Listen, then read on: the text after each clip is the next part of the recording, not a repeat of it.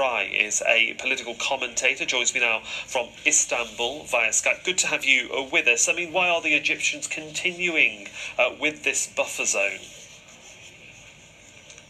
Well, Suhail, it's not very clear the standpoints of the Egyptian regime vis-a-vis the Gaza Strip. Once they closed the whole border, they destroyed the lifeline, that is the tunnels that used by the Palestinians to smuggle some of the goods, the necessities, the medicine they need. Now they're starting this buffer zone. At the time, they're speaking about a kind of an ultimate deal spoken about by the Donald Trump administration to find an alternative homeland to the Palestinians taking part of the Sinai. So it's not very clear what the Egyptian regime is aiming at for the Gaza Strip.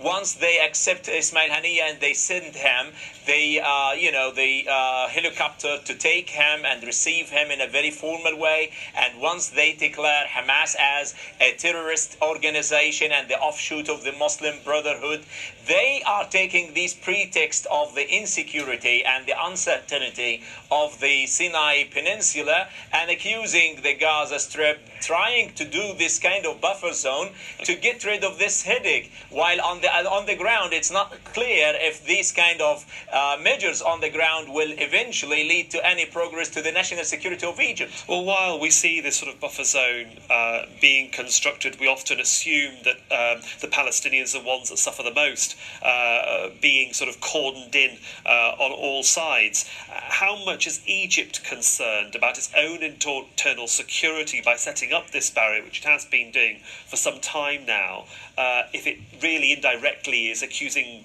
Gaza and its inhabitants of jeopardizing its national sovereignty and security? Anyone who would speak about the geopolitics or the national security of Egypt would definitely tell you that the main gate for the national security of Egypt is the Gaza Strip.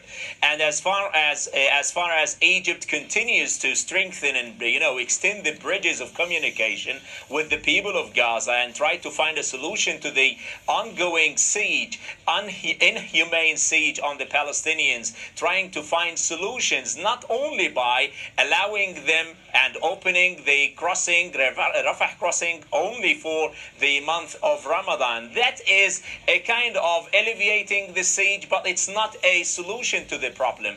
In order to solve the problem for the Sinai Peninsula, you know that it's known as the Sinai province, that is the offshoot of Wilayat Sinai, the Al-Qaeda or Daesh, the ISIS offshoot in Egypt.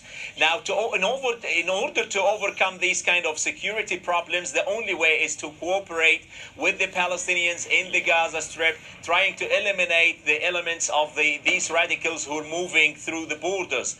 But by doing this and imposing the siege, continuing with this, and completely disregarding the concerns of the Palestinians, even sometimes practicing more pressure along with the Israelis by, suffocating the siege and worsening the conditions of the blockade, that would not bring in any kind of solution to this and will not save the Egyptians any national security, in the long or short term. Well, we shall see what does happen. For the moment, Ahmed Al-Burai, thanks so much for joining us from Istanbul.